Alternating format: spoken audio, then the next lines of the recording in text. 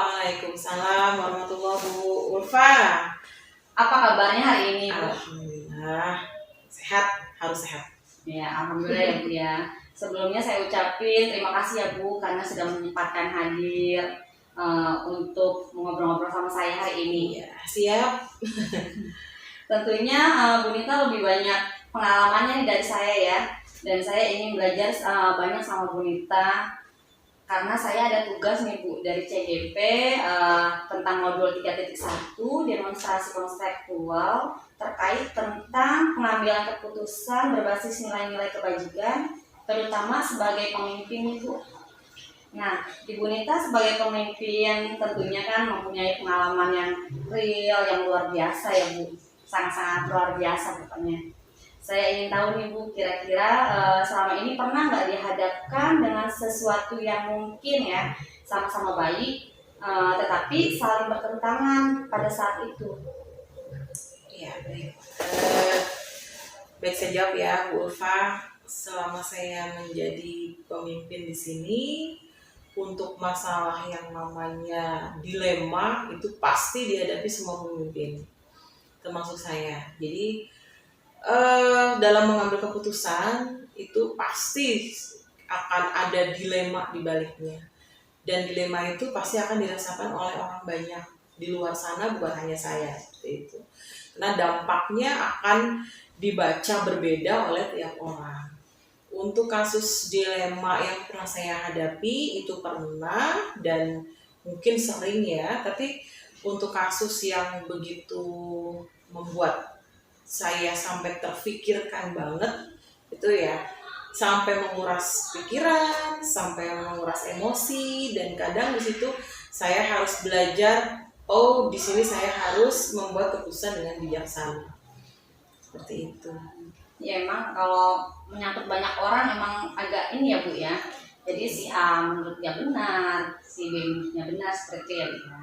Nah, dalam mengambil keputusan ada tidak langkah-langkah atau siapa sih yang terlibat dalam masalah ini? Ya baik, dalam mengambil solusi dalam sebuah dilema ya, jadi saya tuh melakukan pendekatan personal dengan orang yang memang ada masalah dilematik tadi. Pendekatan personal pun tidak saya lakukan di depan umum. Artinya saya panggil satu persatu orangnya. Saya ingin tahu sebelum saya membuat keputusan, saya ingin tahu latar belakang apa sih. Dari latar belakang itu saya bisa memberikan solusi terkait dengan keadaan dan kebutuhannya dia. Satu persatu sudah saya panggil, kemudian selanjutnya ya saya akan melibatkan beberapa orang yang memang bisa saya ajak tukar pikiran.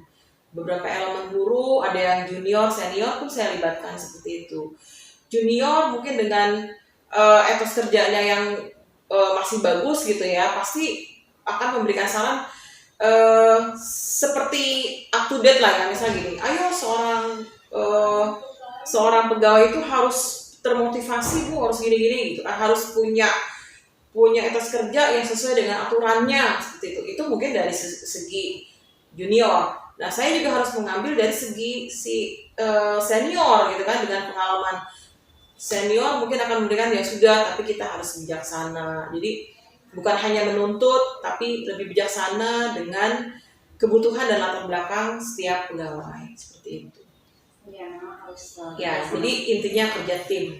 Jadi saya tidak mau menentukan sendiri, tapi saya kerja tim. Ya, jadi kerja tim ya Bu ya, untuk mengatasi masalah seperti ini. Nah, pastinya kan banyak nih hal-hal yang terjadi selama ini. Bagaimana sih cara Ibu membedakan mana yang dilema etika dan yang mana bujukan moral? Dilema etika kalau menurut saya terkait yang misal lebih sulit saya memutuskan di dilema etika.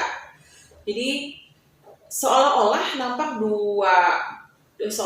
dalam masalah itu dua-duanya benar gitu. Dan itu keputusan yang harus saya ambil harus tepat. Karena keputusan yang salah bisa berdampak ke orang lain juga gitu, ke lingkungan kerja juga bahkan. Nah itu, tapi kalau yang moral itu bagi saya lebih mudah karena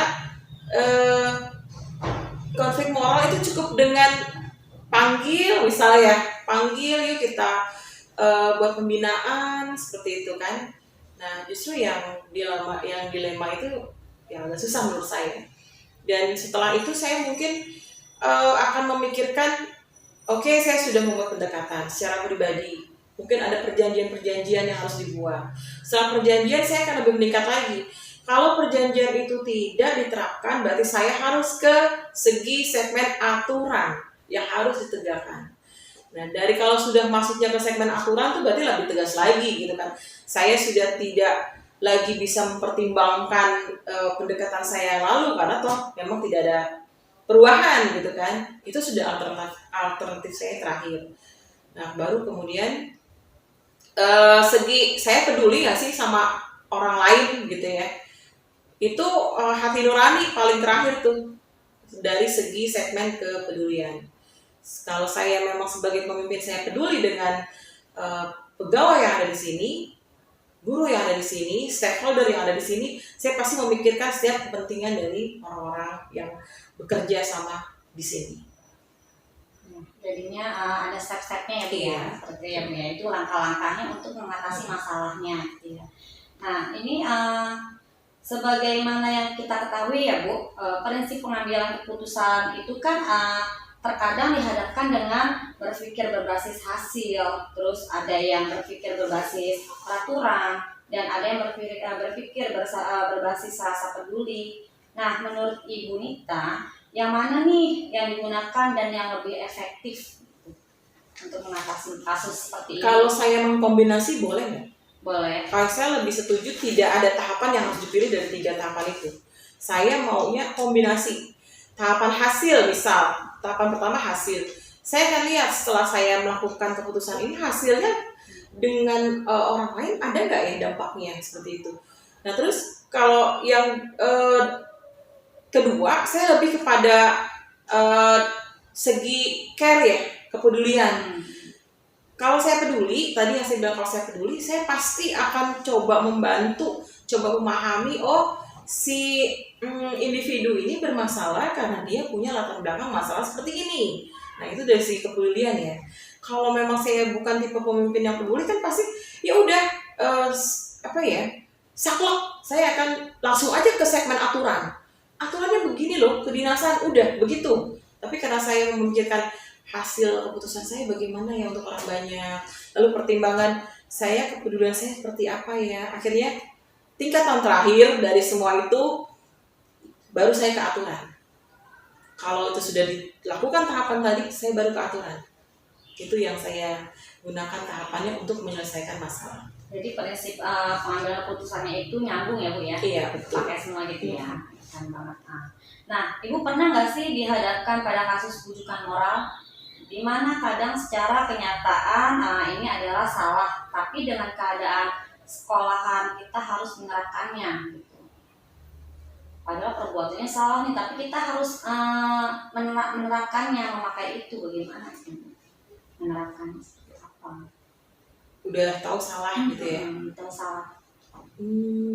Berarti memang kita harus pinter-pinter mengemas, terutama di dunia pendidikan ya. Kalau memang sebenarnya yang salah itu harus dibenerin gitu kan. Cuma harus dipahami lagi, mungkin ada sebab-sebabnya kenapa itu harus kita laksanakan. Mungkin bisa jadi kebijakan dari atas sehingga kita harus seperti ini. Contoh misal untuk KJP ya, saya harus secara aturan KJP tegas bahwa murid-murid yang tidak bisa mendapat kategori KJP adalah murid-murid yang tidak memenuhi persyaratan. Tetapi kalau kita mengikuti yang seperti itu, akhirnya ada bujukan moral gitu kan, boleh nggak ya saya saklek seperti itu gitu kan. Sedangkan ya sebenarnya benar kalau kita oke, stop karena Anda tidak sesuai dengan persyaratan. Tapi karena bujukan moral gitu ya tadi, mau nggak mau akhirnya hati kita iya tapi dia perlu seperti itu. Akhirnya mencoba mengemas supaya yang bujukan moral tadi paling tidak bisa dikomunikasikan dengan baik kepada orang tua murid, gitu ya, bahwa ini harus dilaksanakan, konsekuensinya apa, tapi sekolah melaksanakan ini karena apa, seperti itu ya. Tapi itu tadi saya selalu setuju di balik bujukan moral itu harus ada aturan yang harus diterapkan di akhir, paling akhir. Mau itu bujukan moralnya seperti apa, kalau memang nggak tercapai harus dengan aturan yang tegas. Ya, harus ada peraturan ya. Iya. Nah, tantangan dalam mengambil keputusan pada kasus ini tuh seperti apa? Tantangannya bagi seorang pemimpin itu kadang tidak semua orang paham. Contoh dalam melaksanakan masalah dilematik tadi, dilihatnya kok nggak adil. Misal orang lain yang melihat di luar masalah tadi akan menilai kok tidak adil. Sedangkan bagi seorang pemimpin, dia pasti akan sudah melihat latar belakang. Sebelum solusi masalah dia udah lihat latar belakangnya dulu. Jadi dia yang pasti tahu gitu kan. Tapi adil menurut saya, gitu, saya pribadi, adil menurut saya tidak harus dengan porsi yang sama. Saya terapkan 50 ke dia, 50 ke dia, itu adil menurut orang lain. Tapi tidak menurut saya. Dengan masalah yang saya tahu, oh si A lebih butuh 70 nih dibanding masalah si B yang mungkin hanya 30 saya bisa selesaikan untuk dia. Itu kalau menurut saya. Itu tantangan sekali. Itu konsep yang harus kadang orang menilai gak adil ya pemimpinnya seperti ini. Itu tantangan. Terus yang kedua mungkin harus mengembalikan kepercayaan pegawai yang ada di sini kepada pimpinannya. Saya ini di sini sebagai pemimpin mengayomi. Jadi kalau ada apa-apa, ya udah, ayo kita bicara di sini, bicara dulu, tanyakan ada apa, kenapa. Jadi sebelum masalah itu sampai keluar, seperti itu. Tantangannya banyak. Yaitu tadi, terutama seorang pemimpin itu harus siap diprotes, mau benar mau salah, dan harus bijak menghadapinya. Gak boleh ada yang kontra dengan kita atau pro dengan kita saat atas mempengaruhi keputusan sehingga kita jadi down sendiri gitu. Apa yang sudah kita putuskan itu yang harus kita konsekuensi yang harus kita terima sebagai seorang pimpinan. Mengatur orang banyak itu tidak mudah karena isi kepalanya beda-beda. Ya, memang mengatur semua orang apalagi ya Bu ya, aduh lebih susah lagi. Nah, dalam menyelesaikan masalah ini, prosedur seperti apa yang Ibu lakukan? Apakah Ibu membuat jadwal atau langsung menyelesaikan masalah tersebut di tempat? Saya tidak membuat jadwal yang tertata ya. Saya lebih suka kepada cara yang lebih luas kalau saya. Lebih luas artinya ketika saya coba menyelesaikan masalah dengan antar personal, saya lihat dulu kondisi yang tepat, saya bisa ajak bicara dia. Psikologinya siap gak nih? Gitu kan? Saya hadapi dia, ajak ngomong pelan-pelan. Itu sangat efektif ya bagi saya. Terus setelah diajak bicara, saya akan pertemukan tuh dua orang yang memang tadi dilematik bagi saya gitu kan. Saya pertemukan, saya jelaskan kepada lawan bicaranya bahwa keadaan saudara kita seperti ini loh, dan yang saudara kita yang lain seperti ini. Jadi supaya mereka paham, dan kalau tidak ada jembatan komunikasi seperti itu, adanya prasangka-prasangka lain, dan itu nggak bagus dalam dunia kerja dimanapun. Jadi ya itu konsep yang saya pakai, saya lebih kepada luasnya. Setelah luasnya, kemudian diramu supaya hasil yang luas tadi bagus untuk semua orang. Setelah bagus untuk semua orang, hasilnya apa? Kemudian ya tadi karena dasari peduli ya, karena dasari peduli. Seperti itu sih, saya nggak punya pakem yang jelas gimana gitu. Jadi tertata ya dari awal, Iya. nanti dilihat lagi. Iya. Apakah ada seseorang atau faktor-faktor yang dapat membantu Ibu nih dalam mengambil keputusan pada kasus ini? Untuk mengambil keputusan, biasanya saya awal kalau yang bisa saya handle sendiri, saya akan coba ajak ngomong sendiri, artinya lobby pribadi dulu deh gitu. Tapi kalau ternyata memang lobby pribadi nggak ada titik temu tuh, biasanya saya akan panggil beberapa guru. Ya tadi ya, saya selalu senior junior kayak gitu, senior junior kan rentang waktu usia yang jauh itu pengalaman hidup pasti beda kan. Junior senior saya bicara solusinya bagaimana, ya akan saya sesuaikan juga dengan keadaan yang termasalah, kemudian saya sesuaikan juga dengan solusi. Ya sepanjang ini sih solusi yang saya berikan alhamdulillah membawa dampak baik ya, dari yang tidak semangat untuk ke tempat kerja gitu kan, sampai ada rasa lebih baik nggak usah kerja atau bagaimana, tapi alhamdulillah ada perbaikan, sudah mulai menikmati tugasnya lah ya. Itu bagi saya perubahan kecil seperti itu sudah membuat saya lega gitu, walaupun tidak terlihat di mata orang lain, tapi paling tidak saya merasa oh ini pendekatan yang saya lakukan kemarin ada hasilnya seperti itu. Jadi pendekatan individual ya Bu ya. Dari semua masalah ini, pengalaman atau pembelajaran apa sih yang dapat Ibu ambil? Yang bisa saya ambil sebagai seorang pemimpin itu bukan tugasnya menyuruh saja tanpa mau tahu apa sih yang dialami sama timnya ya. Saya bilang tim. Jadi pemimpin itu bukan yang paling super, saya bilang.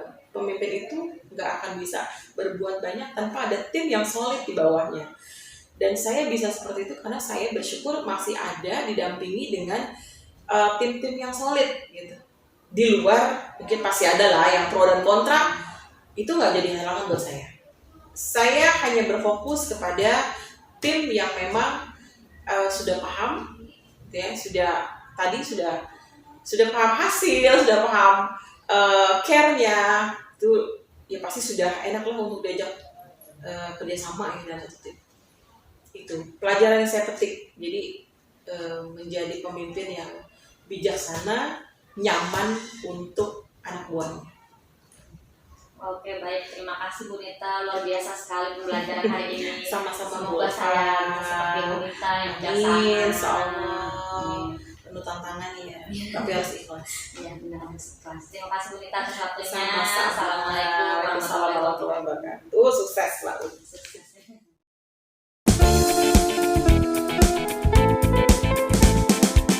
Assalamualaikum Pak. Waalaikumsalam Ibu Ulfa. Bagaimana kabarnya hari ini Pak? Alhamdulillah, seger ya. Ya, alhamdulillah. Sebelumnya saya ucapkan terima kasih ya Pak, Bapak sudah bisa menyempatkan waktu untuk ngobrol-ngobrol sama saya. Tentunya Bapak lebih banyak pengalamannya nih dari saya ya Pak, dan saya ingin belajar sama Bapak nih. Boleh. Boleh. Dan saya ada tugas nih Pak dari CGP, yaitu modul 3.1 tentang demonstrasi kontekstual terkait tentang pengambilan keputusan berbasis nilai-nilai kebajikan, terutama sebagai pemimpin nih Pak. Silakan. Barangkali saya bisa jawab, nanti saya jawab. Kalau bisa jawab ini, Nah Bapak kan sebagai pemimpin ya Pak, tentu kan mempunyai pengalaman yang real ya, yang sangat luas gitu, yang luar biasa. Saat ini saya ingin tahu nih Pak, kira-kira selama ini pernah nggak Bapak dihadapkan dengan situasi yang mungkin sama-sama baik dan pernah dihadapkan dengan situasi yang tidak baik gitu Pak, tapi saling bertentangan nih Pak. Nah gitu. Ya tentu di dalam suatu satuan pendidikan tentu sangat sering Bu saya menghadapi hal tersebut, karena memang di satuan pendidikan tetap persoalan atau problem atau kompleks ya, jadi tetap ada dilema etika selalu ada, terus satu lagi juga miras juga selalu ada, jadi jawabannya selalu ada. Iya Mas lihat Pak. Nah dalam mengambil keputusan ini nih, ada tidak langkah-langkah atau siapa sih yang terlibat dalam masalah ini? Tentu kalau saya mengambil keputusan ada sedikit jalan buntu, tentu saya akan bertanya atau sharing atau minta pendapat atau minta bimbingan dengan pimpinan saya. Misalnya terkadang saya tanya dari kasat lah, atau saya bertanya atau sharing dengan penilai kita gitu.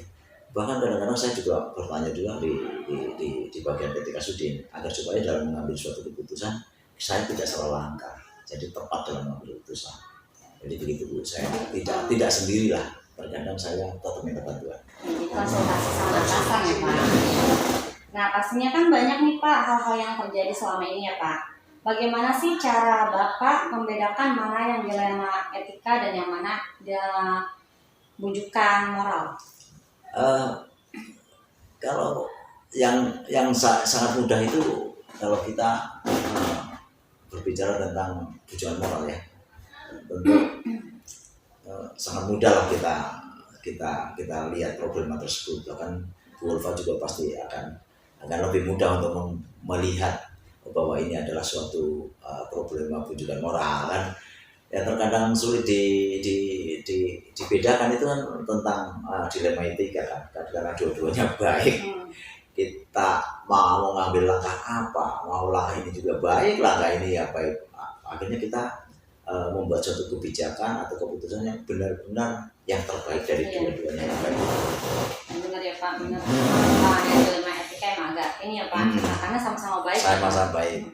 Apakah ada langkah-langkah yang Bapak lakukan yang membuat Bapak yakin insya Allah ini adalah komitmen yang akan Bapak ambil?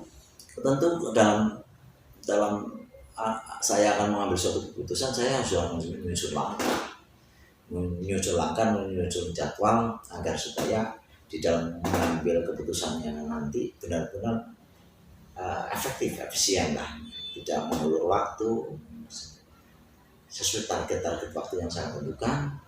Tentu pastinya saya akan membuat suatu langkah dan jadwal gitu loh. Saya ambil saluran itu. Ya baik Pak. Nah, sebagaimana yang kita ketahui ya Pak, prinsip pengambilan keputusan itu kan terkadang dihadapkan dengan berpikir berbasis hasil, ada yang berpikir berbasis peraturan, dan ada yang berpikir berbasis rasa peduli. Nah menurut Bapak nih, yang mana sih yang digunakan dengan lebih efektif untuk menyelesaikan masalah seperti ini? Gini, terkadang memang di dalam menyelesaikan suatu kasus itu saya melakukan langkah pertama itu terkadang pendekatan personil ya, pendekatan kemanusiaan. Jadi sering saya ajak ngobrol tentang problema yang atau kasus-kasus yang baru mereka hadapi. Itu langkah pertama. Kalau langkah pertama itu terasa tidak efektif, hasilnya kira-kira meragukan, tentu saya akan mengambil langkah yang dengan menggunakan peraturan atau kebijakan hukum. Nah, kalau sudah berbicara tentang kebijakan hukum, tentu punya step-step. Misalnya saya mengeluarkan peringatan pertama berlaku sekian minggu, peringatan kedua. Kalau sampai peringatan ketiga tidak diindahkan atau tidak mendapatkan hasil yang saya harapkan, tentu saya langsung mengambil keputusan yang sesuai dengan aturan-aturan berlaku kan gitu. Jadi pendekatan yang paling sering saya lakukan karena kita di dalam satu satuan pendidikan itu kita sudah bersatu keluarga. Apabila ada suatu problem tentu saya akan mengambil langkah yang pertama dulu. Tapi langkah pertama tidak berhasil akan melanjut ke langkah berikutnya. Ya, jadi dengan ini Bapak menyelesaikannya dari awal dulu ya, baru nanti kalau itu baru yang lebih tinggi lagi kasusnya gitu ya. Nah, apa saja nih Pak tantangan Bapak dalam mengambil keputusan pada kasus ini? Tantangan pasti ada, tapi terkadang jika seandainya kita menyelesaikan suatu kasus, itu tantangannya justru terkadang tidak berhubungan dengan kasus tersebut. Biasanya tantangannya justru tantangan di luar kedinasan. Ya, biasanya itu tantangannya itu masalah person, artinya masalah rasa, masalah hal-hal yang sebetulnya tidak berhubungan dengan kasus-kasus atau problema tersebut.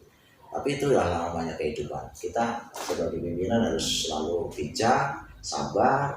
Yang penting dalam mengambil keputusan tidak salah langkah itu saja. Dan problema itu akan selesai. Baik Pak. Dalam menyelesaikan masalah ini, prosedur seperti apa yang Bapak lakukan? Apakah Bapak membuat jadwal atau langsung menyelesaikan masalah tersebut di tempat? Jika seandainya memang problema tersebut itu datang secara mendadak atau tentu kalau bisa saya selesaikan pada hari itu juga lebih baik. Cuman kalau memang sudah merupakan kasus yang harus ditangani secara serius, itu tentu saya secara pribadi tidak, orang lain tidak tahu, saya membuat jadwal-jadwal penyelesaian. Saya punya target waktu, pokoknya suatu kasus dalam 1 minggu tidak selesai, tentu akan saya jadwalkan berikutnya. Tergantung kasusnya ya Pak ya. Selanjutnya, apakah ada seseorang atau faktor-faktor yang dapat membantu Bapak dalam mengambil keputusan pada kasus ini? Tentu saya sebagai manusia tidak bisa berbuat atau berdiri sendiri. Tentu saya juga tidak pernah meninggalkan atau tidak pernah berpendapat tentang kebenaran diriku sendiri, tapi saya sering sharing atau bertanya dengan pimpinan kita apabila akan mengambil suatu kebijakan yang terutama yang krusial gitu. Jadi saya selalu sharing dengan pimpinan saya, baik Kasarlak ataupun pendidik saya, seperti saya tadi sampaikan. Sharing ke atasan ya Pak, agar supaya lebih baik dan lebih bijak. Ya, baik. Dari semua masalah ini nih Pak, pengalaman atau pembelajaran apa yang Bapak dapat ambil? Tentu dalam setiap kasus kita bisa ambil atau memetik pembelajaran, Bu. Jadi umpamanya dalam suatu problem kita bisa menyelesaikan dengan baik, tentu trik itu atau penyelesaian itu bisa kita terapkan di kasus-kasus berikutnya. Jadi apapun peristiwa itu suatu anugerah, dan bagaimana cara menyelesaikan masalah itu juga suatu pengalaman ya. Jika suatu pengalaman tersebut berhasil, tentu akan menjadi suatu kebanggaan dan akan kita terapkan di kemudian hari apabila ada kasus yang sama. Jadi luar seperti itu. Ya, baik Pak, luar biasa sekali ya Pak. Pembelajaran ini sangat berharga nih Pak bagi saya nih. Semoga saya kedepannya bisa seperti Bapak. Amin. Walaupun saya sekarang masih biasa ya. Yang penting Bu Ulfa tetap semangat, pantang menyerah. Semua itu perlu proses. Dan proses itu harus dijalankan dengan baik, diikuti dengan baik. Insya Allah pada waktunya akan sukses. Ya, terima kasih Pak atas waktunya. Assalamualaikum warahmatullahi wabarakatuh.